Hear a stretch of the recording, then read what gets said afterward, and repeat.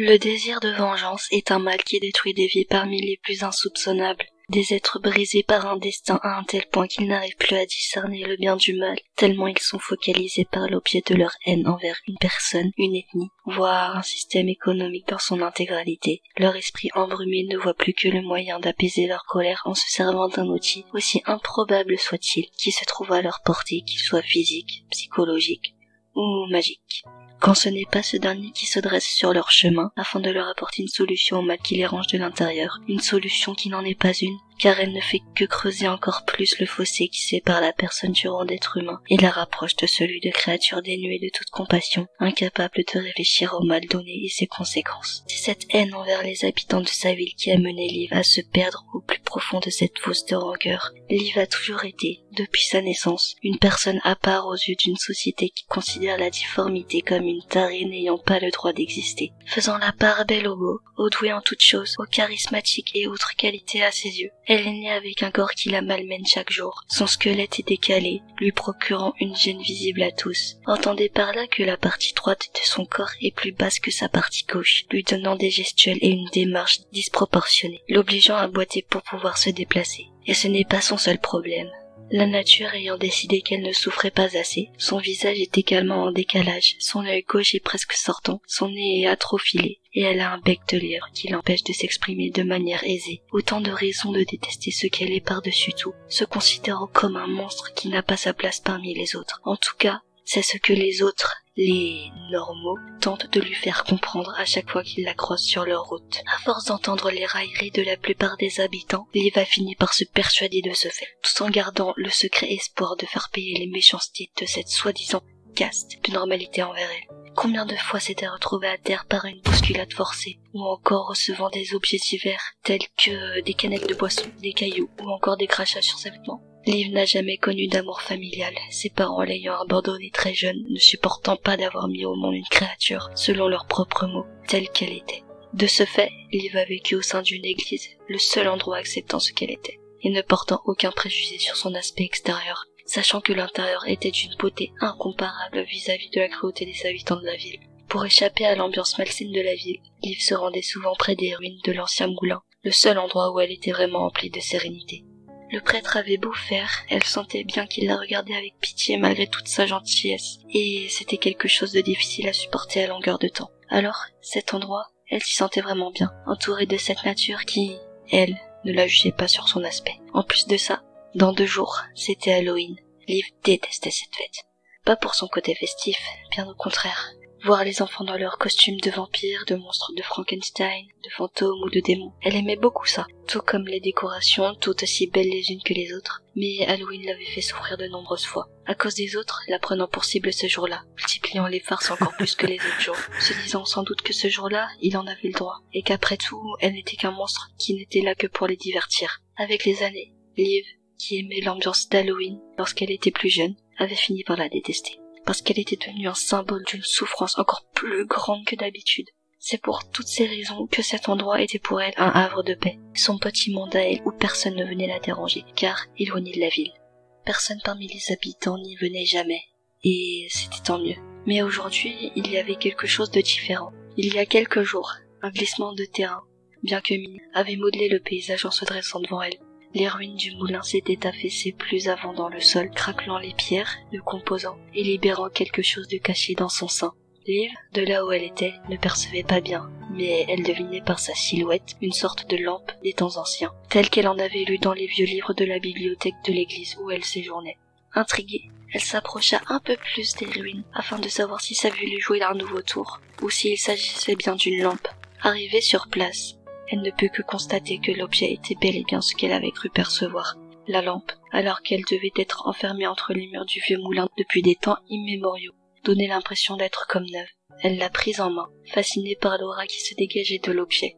Et là, quelque chose d'étrange se passa. Une voix se fit entendre dans sa tête. Une voix lui disant que la lampe était la solution à toutes ces années de médisance de la part des habitants de la ville. Elle lui indiquait comment utiliser la lampe pour se venger de tout ce qui l'avait embrimé au cours de son existence. Un peu effrayée dans un premier temps par cette voix dans sa tête, elle finit par s'habituer à ses mots, son intonation qui semblait la rassurer comme une forme de guide, de gardienne, de mentor.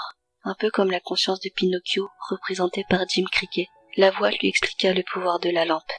Il suffirait de diriger sa lumière vers les yeux de quelqu'un pour absorber son essence de vie, son fluide vital, effaçant ses difformités. Plus elle absorberait des vies, plus elle parviendrait à un état de normalité lui assurant d'être vue autrement par les autres. Obéissant à la voix, bien qu'étant encore un peu incrédule quant aux facultés de la lampe, elle se mit en chemin, passant près d'un champ où s'affairaient les frères Downer, 2 ados de 16 ans, aussi bêtes qu'ils étaient cruels envers elle. Elle s'approcha d'eux, ceux-ci l'apercevant. Ils se mirent à sourire, commençant à chantonner leurs comptines stupides pour se moquer d'elle, entamant une ronde autour de son corps. Suivant les conseils de la voix, Liv bouscula l'un des 2 frères qui tomba au sol.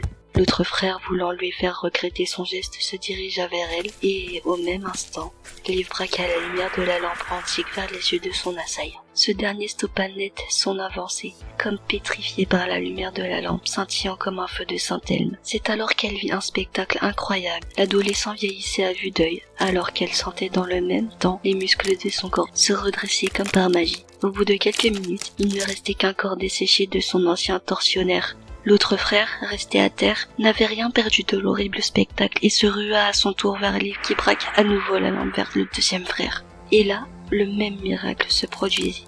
Le jeune homme se flétrissait en même temps que le corps de Liv devenait plus droit. Son visage voyait son nez retrouver une forme. Son œil gauche rentrait dans son orbite, de façon à obtenir un équilibre avec son œil droit. Elle devenait normale, elle le sentait. C'était fabuleux. Alors que le 2e frère tombait au sol, réduit au même état que son aîné, Liv observait cette lampe fabuleuse.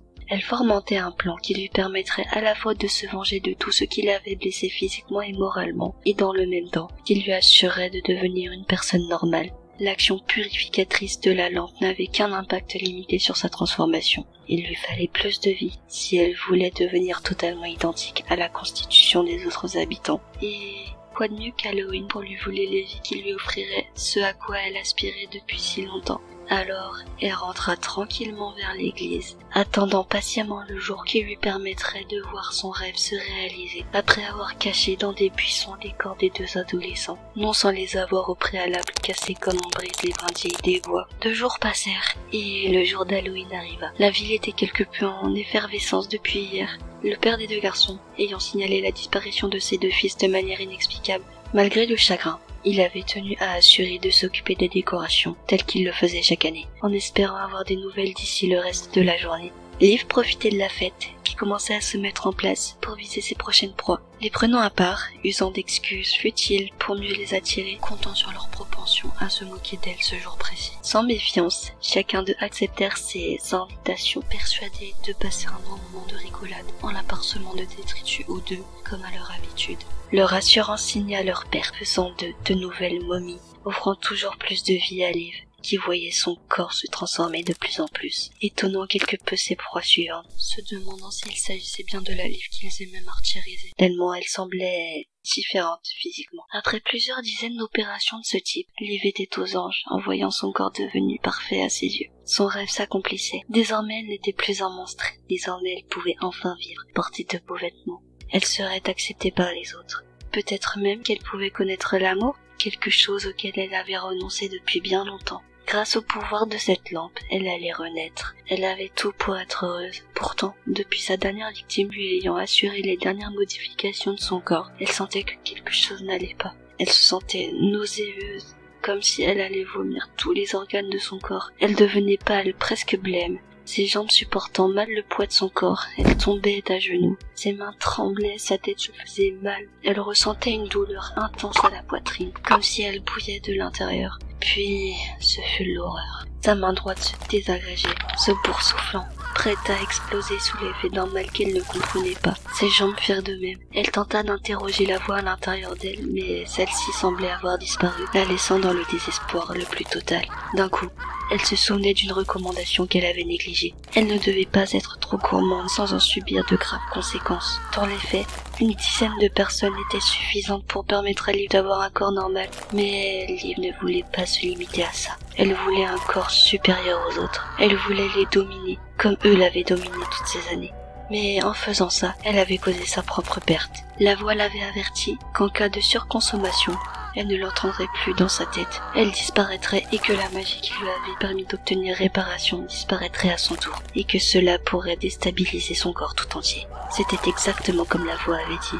Pour avoir voulu aller contre ses avertissements, ne voyant d'un confort surréaliste, pour être supérieure aux autres, elle en payait le prix. Son calvaire dura de longues minutes, voyant chaque partie de son corps se transformer en un amas de chair, se décomposant chaque instant un peu plus. Au bout du compte, Liv vit sa vie rêvée se résumer à une flaque immense composée de morceaux d'une viande infâme étalée sur le sol. Sous les yeux d'un rire moqueur accoudé à la balustrade d'une maison proche, satisfait de voir cette punition s'accomplir, l'esprit d'Halloween observa encore quelques instants ce qui restait de celle qui avait voulu salir Halloween par ses désirs plus grands que son corps ne pouvait le supporter, avant de s'effacer aussi soudainement qu'il était apparu.